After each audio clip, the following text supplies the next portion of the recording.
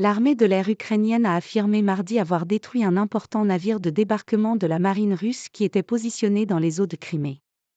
La Russie a confirmé que l'un de ses navires avait été endommagé lors de cette attaque.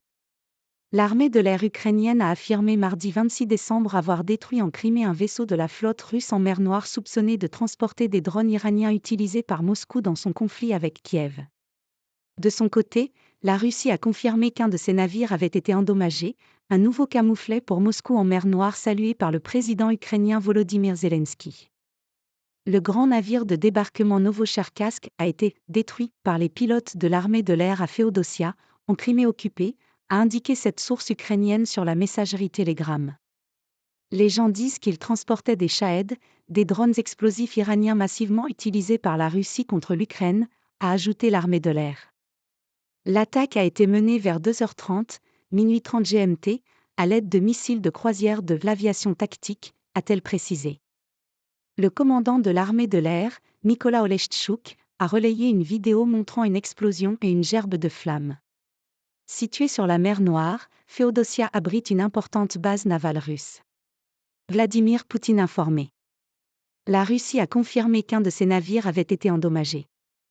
Le président Vladimir Poutine a été informé par son ministre de la Défense, Sergueï Shoïgu, de dégâts subis par le Novotcherkassk lors de cette frappe, a indiqué à la presse le porte-parole du Kremlin, Dmitri Peskov, sans plus de détails. Le ministère de la Défense, cité par l'agence RIA Novosti, avait lui indiqué que le bateau avait été endommagé dans la nuit lors d'une attaque des forces armées ukrainiennes avec recours à des missiles de croisière.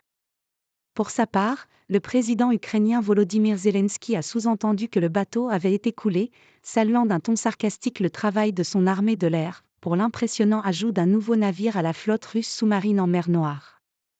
L'attaque a par ailleurs fait un mort et 2 blessés et endommagé 6 immeubles, selon le gouverneur de Crimée, Sergueï Aksionov.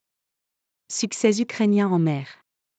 Cette frappe sur un navire russe constitue un succès pour l'Ukraine, qui cherche à prouver qu'elle peut écarter la flotte militaire de Moscou de ses côtes, même si elle échoue à faire reculer son armée sur le front. Ses forces ont réussi à éloigner les navires russes du sud-ouest de la mer Noire et à rouvrir un couloir maritime pour exporter des céréales ukrainiennes, faisant fi des menaces de bombardement. Volodymyr Zelensky a salué les résultats de cette stratégie comme une grande victoire de l'Ukraine en mer Noire. La Crimée, péninsule annexée par Moscou en 2014, est régulièrement visée car elle est importante pour la logistique de l'armée russe. Si le port d'attache de la flotte russe de la mer Noire est situé à Sébastopol, à environ 190 km de Féodosia, plusieurs navires russes seraient également déployés actuellement dans le port de cette ville, selon des médias russes. Et des difficultés sur terre. Les opérations réussies de Kiev en mer Noire constituent un de ses rares succès militaires majeurs en 2022, car sa contre-offensive a buté contre les lignes de défense russes, et les troupes de Moscou ont intensifié leur pression sur les fronts est et sud. Les forces russes ont affirmé lundi avoir pris le contrôle du bourg de Marinka, près de Donetsk dans l'est de l'Ukraine, même si Kiev a ensuite assuré que cela était faux. Le ministre de la Défense, Sergueï Shoïgu, a déclaré mardi que son armée ne cessait de prendre des positions plus favorables et d'étendre les territoires qu'elle contrôle dans toutes les directions. L'armée de l'air ukrainienne a de son côté indiqué mardi que le pays a fait l'objet d'une nouvelle attaque nocturne de drones Shahed, notamment dans les régions de Kherson et d'Odessa. 13 des 19 drones russes ont été interceptés, selon cette source, qui n'a pas fait état de victimes ni de destruction.